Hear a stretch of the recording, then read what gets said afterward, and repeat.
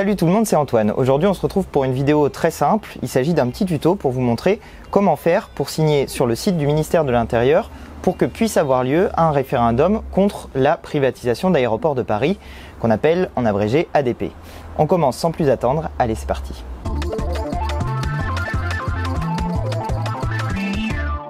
Alors depuis le 13 juin, on peut officiellement signer pour ce référendum. C'est un système un peu compliqué qu'on appelle le référendum d'initiative partagée. Mais ce que vous devez surtout retenir, c'est qu'il faut 4,7 millions de signatures pour y arriver et que pour l'instant, on en est à 650 000. Donc il en manque un petit peu plus de 4 millions. Je sais qu'il y a beaucoup de gens qui ont essayé de signer pour ce référendum qui n'y sont pas arrivés parce qu'il y avait des systèmes un peu compliqués avec des codes de communes qui n'étaient pas les codes postaux. Donc c'était un petit peu compliqué, c'était des codes INSEE. Mais depuis, le système a changé et moi j'ai attendu pour signer spécialement pour pouvoir faire une vidéo tuto et j'attendais que le système soit un petit peu stabilisé pour être sûr que le tuto serait utile. Donc voilà, c'est ce que je vais faire aujourd'hui. Je vais signer avec vous. Moi j'ai pas encore signé, je vais le faire et vous montrer comment ça se passe, comment on fait en vous montrant toutes les étapes. Alors la première, elle est très simple. Il suffit de se rendre sur l'adresse que je vais vous mettre dans la description de cette vidéo ainsi qu'en commentaire épinglé de cette vidéo pour vous rendre sur le site où vous pouvez signer pour le référendum. Une fois que vous êtes dessus, vous cliquez sur le petit bouton « Je soutiens » et vous cliquez sur « Suivant ». Ça vous ouvre une nouvelle page qui est le formulaire de soutien à proprement parler. Là, il faut que vous rentriez un certain nombre d'éléments. Donc d'abord, le département ou collectivité d'outre-mer dans laquelle vous votez.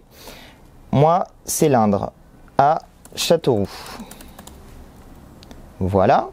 Vous mettez votre nom de naissance. Alors là, il faut faire très attention de bien mettre les accents s'il y en a. Pareil pour vos prénoms, il faut bien mettre les accents et vous mettez tous vos prénoms avec, vous faites bien attention avec les accents et vous ne mettez pas de virgule entre les prénoms. Et si votre prénom comporte des tirets, il faut mettre les tirets. Donc moi c'est Antoine, Nicolas, Gabriel. Vous mettez votre sexe, donc à l'état civil, votre date de naissance, merde, voilà.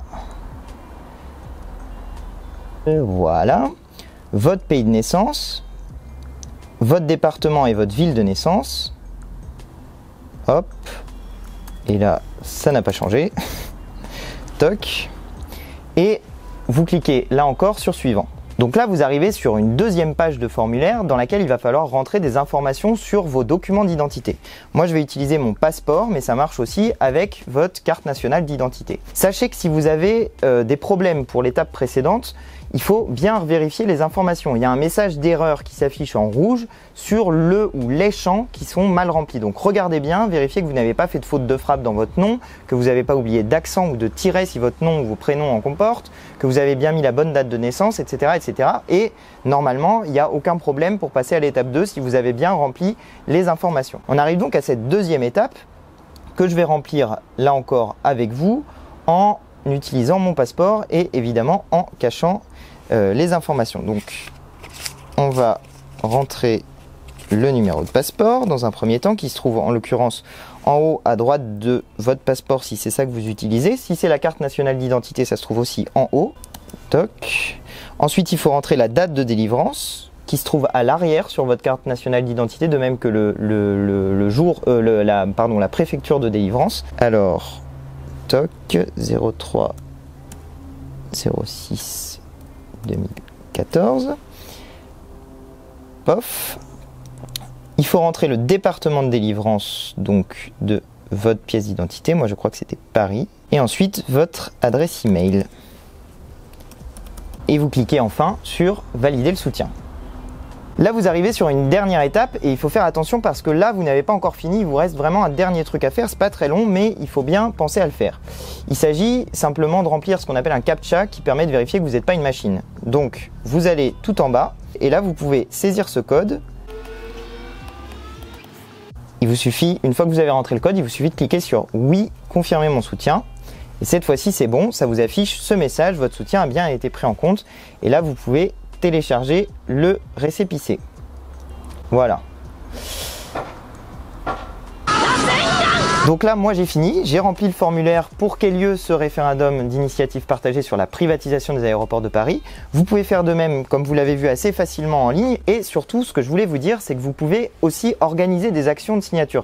C'est pas très compliqué, ça demande 2 ou 3 personnes. Vous posez une table quelque part, ou même pas de table, vous n'avez même pas besoin parce que vous pouvez faire signer avec votre smartphone. Mais en gros, il vous suffit d'avoir une connexion Internet, un ordinateur, une tablette ou un téléphone, un smartphone, et avec ça vous pouvez faire signer les gens. Il suffit de leur proposer de le faire à condition qu'ils aient bien sûr un document d'identité ou bien de leur montrer comment faire, de leur expliquer comment faire. Ces actions, elles sont très faciles à réaliser et elles sont très utiles parce qu'il y a beaucoup de gens qui soit ne sont pas au courant du fait qu'il y a un référendum, soit l'ont vu mais n'ont pas réussi la première fois et se sont découragés, ont abandonné, l'ont pas fait, soit l'ont vu mais n'ont pas pris le temps de le faire. Donc si vous leur dites que ça dure que 2 minutes, ça aide des gens. Bref, voilà, n'hésitez pas à organiser ce genre d'action partout autour de chez vous. C'est très facile, c'est très utile et ça permettra que ce référendum ait lieu. Voilà, j'espère en tout cas que ce tuto vous aura été utile, qui vous aidera à faire vous-même votre signature ou à faire signer des gens. Pour aider, je vous invite à partager cette vidéo sur les réseaux sociaux parce qu'il y a plein de gens qui peuvent découvrir le fait qu'il y a un référendum et en même temps découvrir la méthode. Je vous invite aussi à me dire dans les commentaires de cette vidéo si vous avez des questions, s'il manque des choses, s'il y a des endroits que vous n'avez pas très bien compris et j'essaierai d'y répondre, ou bien la communauté se chargera d'y répondre.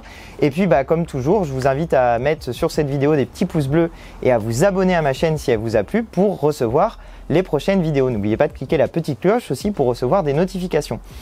Voilà. Je vous dis à très bientôt pour de nouvelles vidéos. Allez, salut!